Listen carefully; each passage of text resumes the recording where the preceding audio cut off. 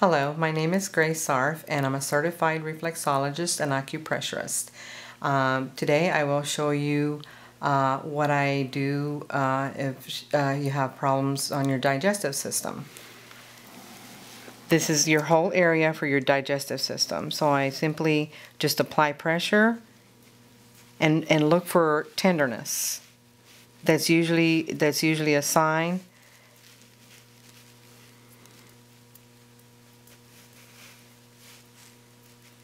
And of course, there's other areas. If you have migraine headaches, you go this area.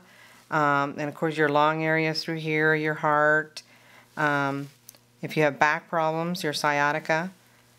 And just whatever, you can help a lot, with about anything that's wrong with you, I can help you with by applying pressure on different parts of your foot.